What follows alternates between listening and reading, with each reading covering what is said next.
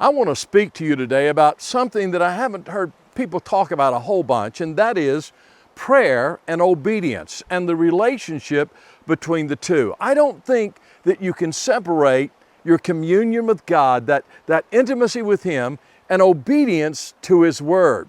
A number of years ago in the early history of Christianity, there were monks who would often separate themselves from the real world, and they would go and get away, and they would have just extensive times of prayer, seeking the Lord. And there's something that just doesn't quite strike me right about that. And don't misunderstand me. I believe there are times in which we need to really meet with God. We need to get with Him. We need to get away and pull aside and meet with the Lord. And I've been talking about that.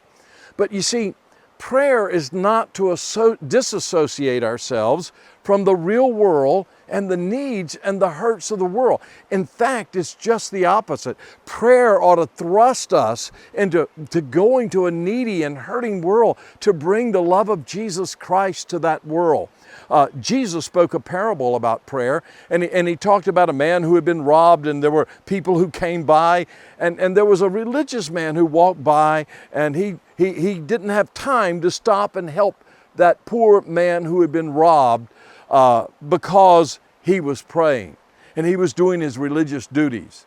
And Jesus said, that's not what prayer is. That's not what prayer is all about. You see, prayer enables us to go out and reach out to hurting people, to love them, to care about them, to reach them with the message of God's love, to share the gospel of Jesus Christ with them. Jesus said this. He said, I do nothing on my own initiative. And Jesus didn't try to do things in His own power, so He didn't just go out doing things.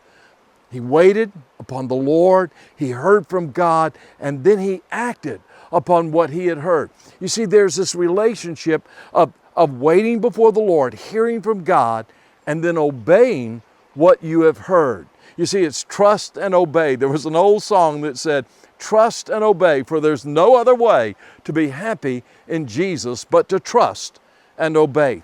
Faith comes from spending time alone with God in prayer and in His Word.